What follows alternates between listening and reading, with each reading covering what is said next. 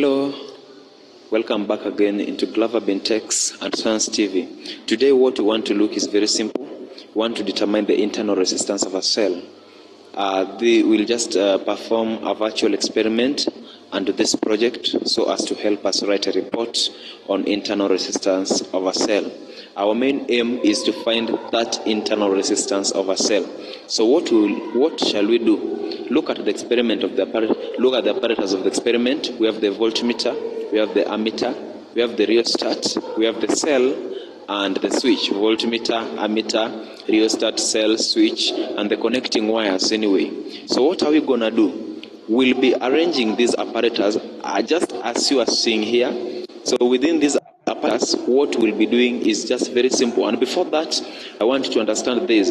For us to find the total energy in a cell, total energy in a cell is being given by capital V plus small v. This capital V is the resistance of the whole cell, and small v will be finding the potential difference within the cell. This is the potential difference across the circuit, and this is the potential difference within the cell. So we know very well that V is being given by IR. So total energy will be gotten as IR plus IR. So for us to find this I times R, we'll be saying that IR is being given as E minus I small r. Let us make our equation to be in form of Y is equal to mx plus c. So we'll be saying our IR, which is V, is equal to negative IR plus E. So this one will be negative Ri plus E. So this negative will just show us the graph, the gradient of the graph. This R is our internal resistance of the cell that we are looking for. And E is the Y-intercept. Y-intercept is the same as electromotive force when the cell switch is opened. Electromotive force when the cell switch is open. So when we open this switch here, as you can see, we are going to measure the voltage of this particular cell. So this is our E. So it means that after doing your experiment, let me say your graph was like this. This is voltage against I. The graph should be like this. So this voltage here, the potential difference here is what we call our E. That's where our Y-intercept is. So the gradient, when you measure the gradient or when you calculate the gradient of this graph here, you'll be getting negative R. In short, you'll be getting R. So negative just show that the gradient is in that direction. Okay, what next do you need to know? When we perform our experiment in such a way that we get the values for V and the values for I, and here are the values that we'll be looking. So when we adjust the rheostat, remember that the rheostat was set at its maximum value. The rheostat was set at its maximum value. So when the voltage is 2.0, in real experiment you'll be getting as 0.83.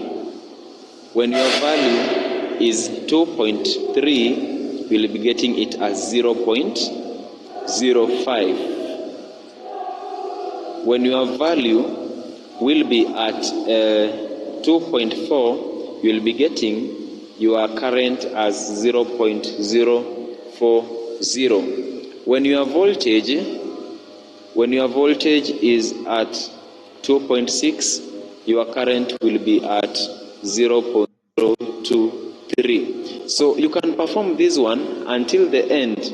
When it is at 2.8, your current gonna be at 0.00005. So these values here will tell you the maximum amount of current. The potential difference will tell you the maximum amount of current that is being generated by this setup here. So this value will help you to draw the graph of voltage against I. So maybe you can be asked from your graph, determine the value of V when I is equal to 0. When you look at the here, when I is 0, the value of V is what? Our EMF that we got when the switch was open.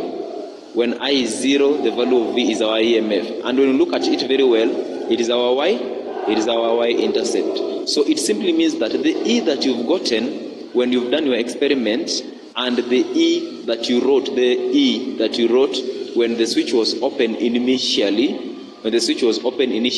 should be more or less the same. But you must note that the final E that you are getting here, should be slightly lower than that we recorded when the switch was open in the voltmeter. Why am I saying this? Because some currents maybe has been lost through these conducting wires. We have so many currents that are lost through different ways in this experiment, and this one marks the end of our experiment. Thank you so much for your cooperation. Don't forget to like, share, and subscribe for you to get the next videos, tutorials.